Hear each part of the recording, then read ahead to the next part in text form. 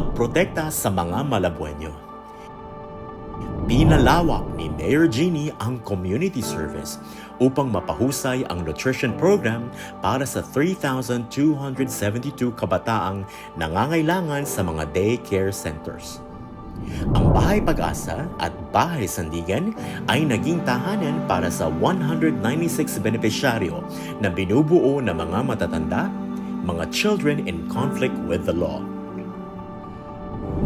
Namuhunan sa mental health support na nagbigay ng psychosocial intervention sa 4,629 Malabueño.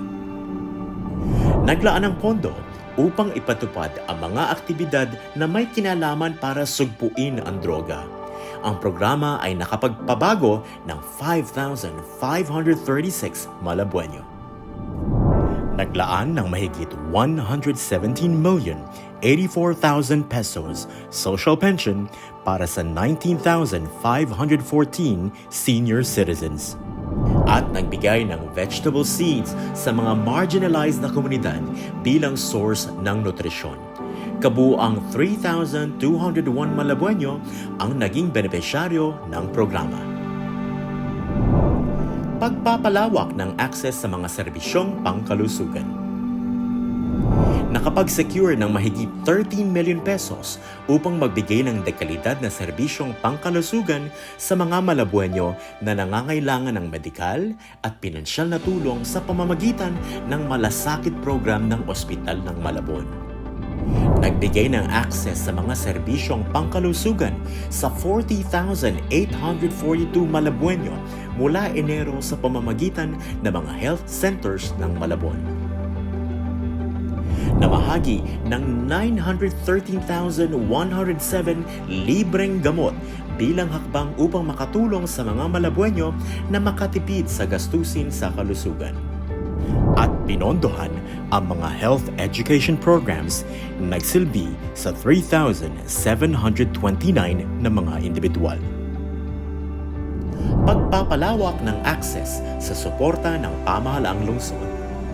Sa pamamagitan ng Malabon Ahon Blue Card, sinusuportahan ni Mayor Jeannie ang 78,770 Malabueño na may mahigit 39 million pesos na cash ayuda.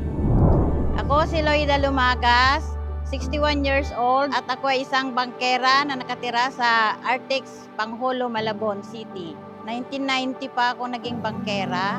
Simula nung nawalan ako ng trabaho, ito na yung pinaghahanap buhayan ko sa pang-araw-araw. Unang-una po, nagpapasalamat po ako kay Mayor Jeannie Sandoval sa ginawa niyang proyekto para sa Malabon Ahon Blue Card. Tuwang-tuwa talaga ako noon kasi unang-una akong nakatanggap ng grocery package. Tapos yung pangalawa, yung cash na pinangbili ko ng ng maintenance ko kasi nagme-maintenance na rin ako. Yung sunod na package, yung Noche Buena package, napakalaking tulong din yon dahil syempre pag Noche Buena, gaya sa aming bangkera, malaking bagay na.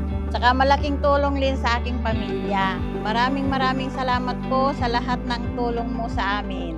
Nagpapasalamat ako sa ng aking pamilya sa kanyang proyektong Malabon Ahon Blue Card kasi napakalaking tulong sa bawat mamamayan ng Malabon. Hindi lang dito sa Pangholo, kundi buong Malabon. Maraming salamat po, Mayor Jeannie Sandoval.